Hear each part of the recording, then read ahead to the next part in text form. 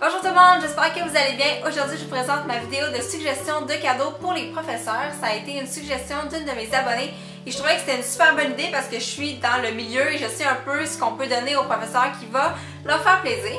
En plus, on dirait qu'ils reçoivent tout le temps la même chose des enseignants, des savons, des produits pour le corps, des chocolats. Je le sais parce que ma mère me donne tout le temps ces chocolats, elle mange pas ça, fait que je me ramasse tout le temps avec comme les chocolats que les élèves lui donnent.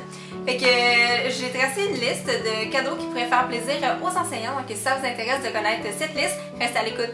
Ma première idée de cadeau, ça va peut-être être un peu plate pour certaines personnes, mais quand on connaît pas si bien la personne que ça, je trouve que c'est vraiment pratique, c'est des cartes cadeaux.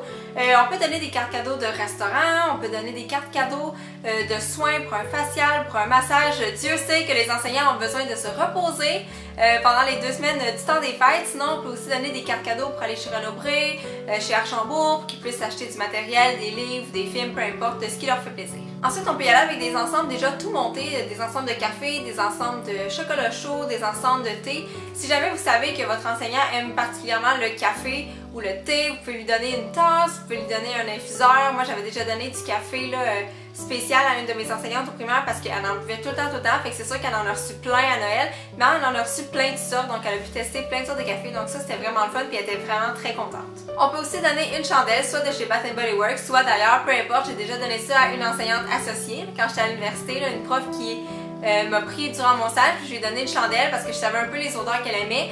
Donc je lui ai donné ça, puis elle était vraiment contente, puis elle était comme fière de me dire qu'elle la faisait brûler à la maison. Donc ça peut être intéressant si jamais vous connaissez les goûts de la personne. On peut aussi offrir aux enseignantes des bijoux, soit des boucles d'oreilles, des bracelets, des colliers, juste à observer la personne, voir quel genre de bijoux elle aime plus. Est-ce que c'est des grosses boucles d'oreilles, des plus petites, est-ce que c'est des gros colliers, des colliers longs, des colliers courts, des petites chaînes délicates ou des gros bracelets, peu importe, juste à vous assurer que c'est le genre de bijoux que la personne va aimer, mais c'est tout le temps le fun de recevoir là, des petits bijoux qu'on peut porter. On peut aussi offrir un foulard, mais pas nécessairement un foulard pour aller dehors, c'est des petits foulards qu'on met plus au printemps pour agrémenter nos ensembles. Donc ça fait tout le temps plaisir aussi de recevoir des foulards parce que les enseignants, je trouve qu'ils en mettent souvent. Ma dernière idée, ça serait une carte qui est faite à la main. Ça fait tout le temps plaisir de recevoir ça. J'en ai déjà reçu moi, puis je suis même pas encore enseignante, je suis juste stagiaire. Là. De recevoir une carte faite à la main avec un beau dessin, un beau petit texte d'un enfant, ça fait un enfant ou un ado, peu importe, ça fait tout le temps plaisir de recevoir ça. C'est vraiment magique, puis on garde ça toute notre vie.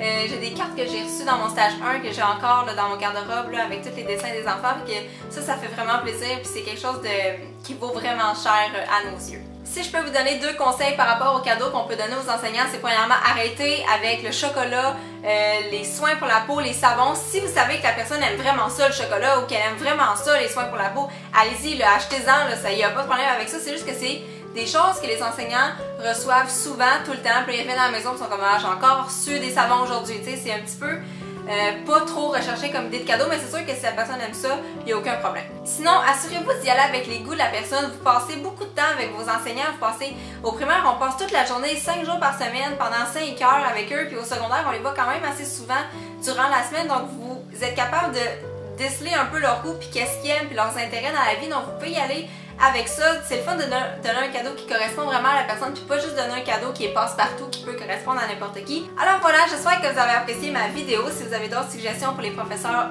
ne vous gênez pas pour les laisser dans les commentaires, et on se revoit dans une prochaine vidéo. Bye tout le monde!